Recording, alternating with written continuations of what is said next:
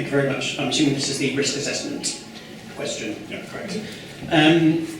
I was surprised to find out from the City Deal Assembly that we haven't been receiving, or you haven't been receiving, regular risk updates in the way that I would expect from a project board or a programme board, and that the risk strategy that was presented wasn't presented at the very, very, very start of the City Deal processes, something that I would have expected to have seen at the very start.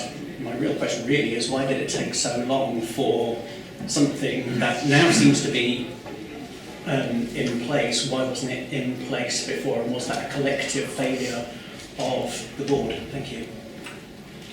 Well, I'll invite Tanya Sheridan to start, and I'll contribute to this. So, just to reassure you, risk has been managed since the inception, and the City Deal Executive Board Terms of Reference 5.3 establishes the idea of the lead local authority. So the processes including risk management processes of the local authority leading on each project have been followed, and risk has been managed and reported back through those processes. But now that we're moving into a much more of a delivery phase, the programme is a large and a complex one. It's recommended, although this is for the board to discuss later on, that there is regular political oversight of the risk management for this programme. Well, I just want to assure you, Antony, that we've been looking at risk all the way along. So if you actually look at the issues and choices that were made right at the beginning about what were the proposed schemes, risk was an issue that was addressed in those reports, and deliverability has been an issue. But now that we've got a risk management framework, that will strengthen our management of risk. And I should just add that the report template does include a section on risk, so risk has been considered in those reports and through that channel, but it's probably just easier for the board to have a risk register if they wanted. You had the second question, and I think Yes. Dr. Slater, are you aware of the question? Well, yes, I am aware of the question, but it's not a question about the business of this board. It's a question about the business of my employer. So the answer will be no comment. Now, having said that, I can expand a little bit because it is in the public domain.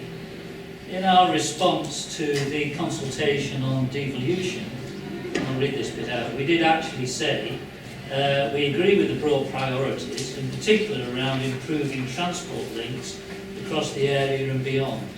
So we are on record, and we do encourage the improvement of transport links across the area in the way that these projects do.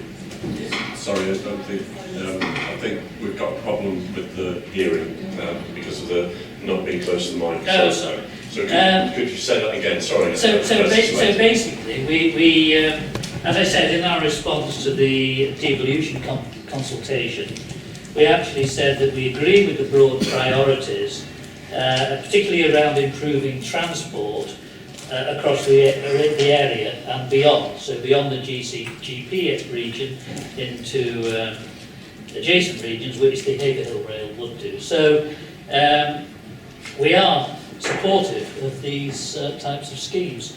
The other invitation I would issue is if the people who are developing these schemes would like to come and talk to me, I'd be very pleased to do so.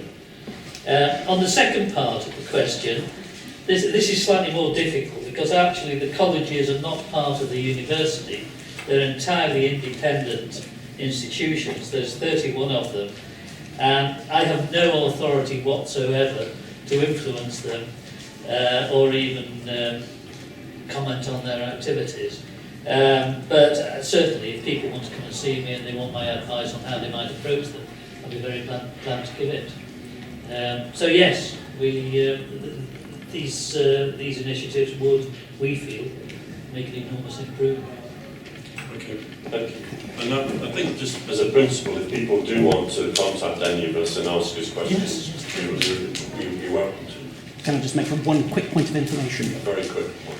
Just to clarify, your predecessor at the very, very first meeting of this board confirmed, and I've got it on film, that the Cambridge University is accountable to members of the public here for business that relates to the Greater Cambridge City deal. So it might be something that's just worth clarifying for a future meeting as to what the position of Cambridge University as an institution is when it comes to question and answers from the public, that's all. But otherwise, thank you very much for your answers. No, I'm perfectly happy to give general advice, as I have done. Yeah. All right, thanks to you both. Angela Chadwyck-Healey.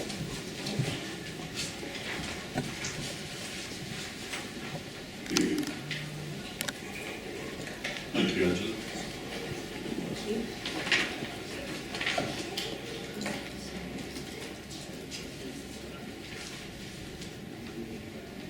Is that the right button? It's the one got Mick underneath, I think. The big grey one, that's it. Got it. Good afternoon. I would like to preface my question. Since I set it in last week, the Cambridge News has done a 2-page spread on tackling congestion in Cambridge, and it has diagrams which show the modelling used to determine which roads would benefit from peak time road closure. However, my question relates specifically to the leaflet in the survey which is currently out for a preliminary period of engagement and further consultation on specific elements in the package planned in due course. So with regard to peak time congestion control points, I represent the Madingley Road Area Residents Association, and we think that these measures will cause chaos within the city, the surrounding streets and the M11 as drivers seek alternative routes. The lack of detail makes it difficult to respond when Grange Road, which is a pretty major road, is not even shown. Why are there no PCCPs on the roads in the north and the northwest of the city? The arterial roads in this section, most of which are being considered for bus lanes, lead to the inner ring road. Is this because you've not yet planned the position of the control points in this quadrant, or are you planning some other measures for this part of the city?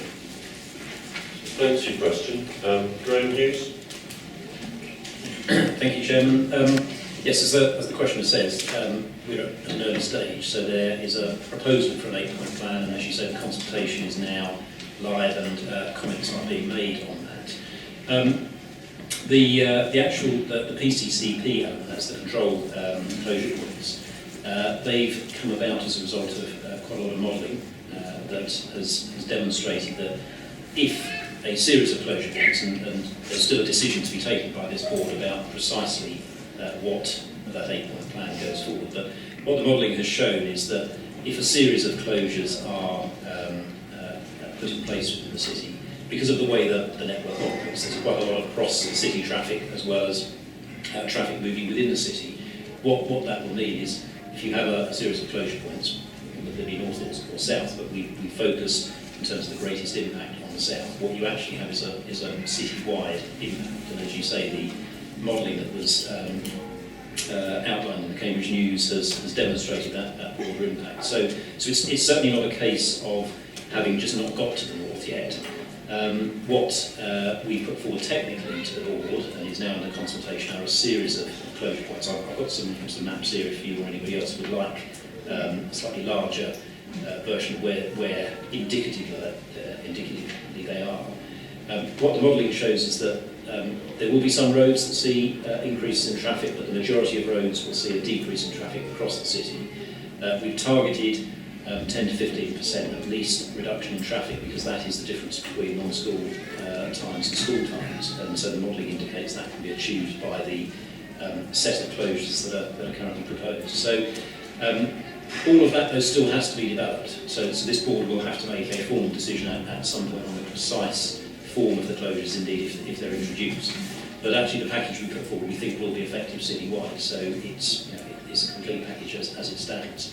I think just as a final point, it's just worth pointing out that it very much, given the 8-point plan, is predicated on the fact that if certain closures are put in place, people will change their behaviour, there will be rerouting, but there will be much better public transport services, and so we would anticipate effectively creating a sort of virtuous circle of people making different choices, which then will free up the road network even more and then create better conditions. So that's the overall plan.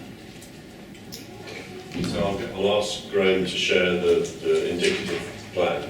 And I think, yeah, the board had a look at a couple of different combinations of where these control points could operate, and we had evidence of the different traffic impacts from the modelling. And so this is the basis of the proposals is that would achieve the significant impact in peak time car movement, which would assist us achieve reliable bus services and thereby offer alternatives to people other than driving into the city by car at peak times. Thank you. I will study this. Thank you very much. And I think there are 18 exhibitions this month, and one of those is in Newnham at West Road. I think maybe, is it the concert hall? Yes, I've got a note of this. There's one next week in the centre of town. So, and several of us will be attending them and listening to the public's views at those events as well. So thank you.